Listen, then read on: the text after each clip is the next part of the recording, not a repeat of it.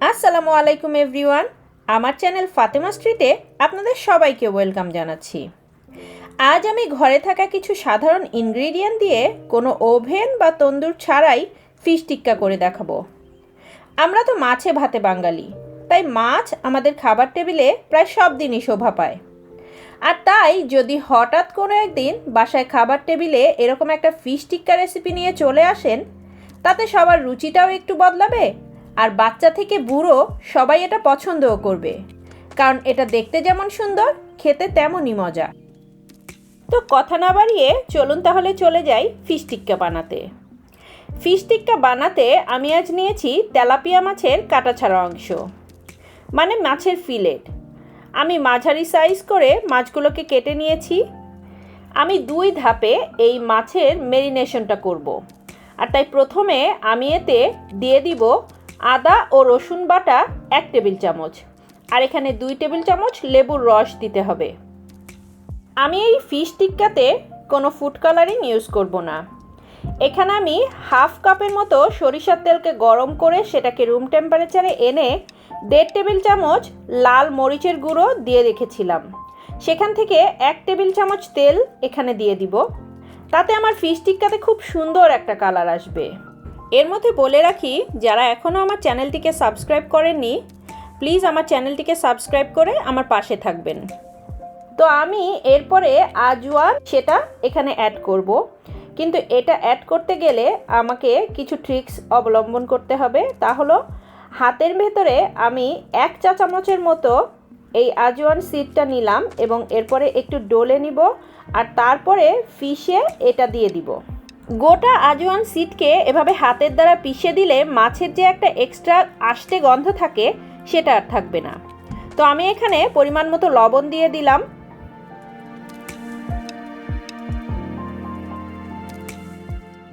এক চা চামচ শুকনো মরিচের গুঁড়ো দিয়ে দিলাম এখানে। 1 চা চামচ জিরের গুঁড়ো, আর এখানে আমি নিয়েছি 1/4 টিস্পুন গরম মশলার গুঁড়ো। এরপরে সবগুলো উপাদান আমি খুব ভালো করে মিশিয়ে নিব। এটা হলো আমার প্রথম ধাপের ম্যারিনেশন। এটা আমাকে ম্যারিনেট করে 10 থেকে 15 মিনিট রাখতে হবে, এর বেশি সময় রাখার দরকার নেই। একটা প্লাস্টিক র্যাপ দিয়ে এটাকে ঢেকে আমি রুম টেম্পারেচারে 15 মিনিটের জন্য রেখে দিব। আমি এখানে আগে থেকেই 1 কাপ টক দই একটা ছাঁকনিতে কিচেন টিস্যু বিছিয়ে তাতে রেখে দিয়েছিলাম, যাতে টক দইয়ের ভেতরের এক্সট্রা পানিটা ঝরে যায়, কারণ আমার এই ফিশ টিক্কাতে পানি চাই না আমি। আর যখন টক দইয়ে পানি না থাকে তখন এটা টিক্কার সাথে মেশালে খুব ক্রিমি এবং রিচ একটা ভাব আসে। আর এখানে আমি কাঁচামরিচ নিয়েছি 7 থেকে 8টি এবং এর মাঝখান থেকে চিড়ে ভেতরের বিচিগুলোকে ফেলে পরিষ্কার করে নিয়েছি। আর এগুলোকে আমি এখন ফাইন চপ করে নিব। আর ফিশ টিক্কাতে এরকম কাঁচামরিচের ফাইন চপ দিলে ফ্রেশ একটা ফ্লেভার আসে, কিন্তু আমরা কাঁচামরিচের সেই তীক্ষ্ণ ঝালটা পাবো না। এরপর সেই একইভাবে আমি 1/3 কাপ ধনেপাতাকে কুচি করে নিয়েছি। আর এখন আমি ম্যারিনেশনের দ্বিতীয় ধাপে চলে যাব। 15 মিনিটের মতো ফিশগুলো ম্যারিনেশন করা ছিল।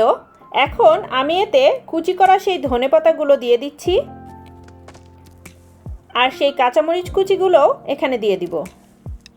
এরপরে ছেঁকে রাখা সেই ক্রিমি টক দইগুলোকেও দিয়ে দিব, মানে পানি ছাড়া টক দইগুলোকে। এরপরে কসুরি মেথি দিয়ে দিব 1 টিস্পুনের মতো, আর সেই শুকনো মরিচ গুলে রাখা সরিষার তেল দিব 4 টেবিল চামচ, সাথে একটু শুকনো মরিচও নিচ থেকে দিয়ে দিব।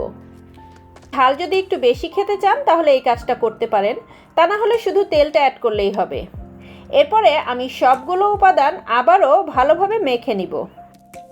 টিক্কার ম্যারিনেশনটা কিন্তু খুব ভালোভাবে করতে হবে, কারণ এটা যখন আপনি কুক করবেন তখন তো আর বেশি নড়াচড়া পড়বে না। তাই মেক শিওর করতে হবে যে মাছের সবগুলো টুকরাতে যাতে মশলাগুলো ইকুয়ালি পৌঁছায়। আমার ফিশ টিক্কাগুলো ম্যারিনেট করা হয়ে গেছে। এখানে আমি যেই স্টিকে টিক্কাগুলোকে গেঁথে নিব সেই স্টিকগুলো পানিতে আধা ঘন্টা ভিজিয়ে রেখেছিলাম। আর এখন একটা একটা করে টিক্কা আমি গেঁথে নিব। প্রতিটা স্টিকে আমার মোটামুটি 3টা ফিশের টুকরা আমি গেঁথে নিব। আপনারা যদি এর চেয়ে ছোটো টুকরা করতে চান তাহলে 4 থেকে 5টা টুকরাও এর ভেতরে করতে পারবেন।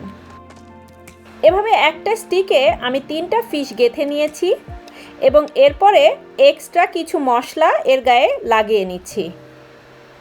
এক এক করে আমার সবগুলো ফিশ প্রায় গাঁথা হয়ে গেছে। আর দেখুন যে টক দইয়ে পানি না থাকায় মশলাগুলো কেমন ফিশের গায়ে লেগে লেগে আছে। এখন আমার এগুলোকে কুক করার পালা। একটা হাঁড়ি চুলাতে বসিয়ে দিয়েছি আর পর্যাপ্ত পরিমাণে তেল দিয়ে দিচ্ছি। আমি এখানে আনুমানিক 1 কাপ তেল দিয়ে দিব। তেলটা যখন মোটামুটি গরম হয়ে আসবে তখন আমি টিক্কা স্টিকগুলো একে একে এর ভেতরে দিয়ে দিব। আমি মোট 3 থেকে 4টা স্টিক একসাথে ভেজে নিব। একসাথে খুব বেশি স্টিক এখানে দেওয়া যাবে না, কারণ এটা মাছের টিক্কা আর এটা অনেক নরম। আর তাই বেশি গাদাগাদি করে মাছগুলোকে ভাজতে চাইলে মাছগুলো স্টিক থেকে খুলে আসার সম্ভাবনা থাকতে পারে।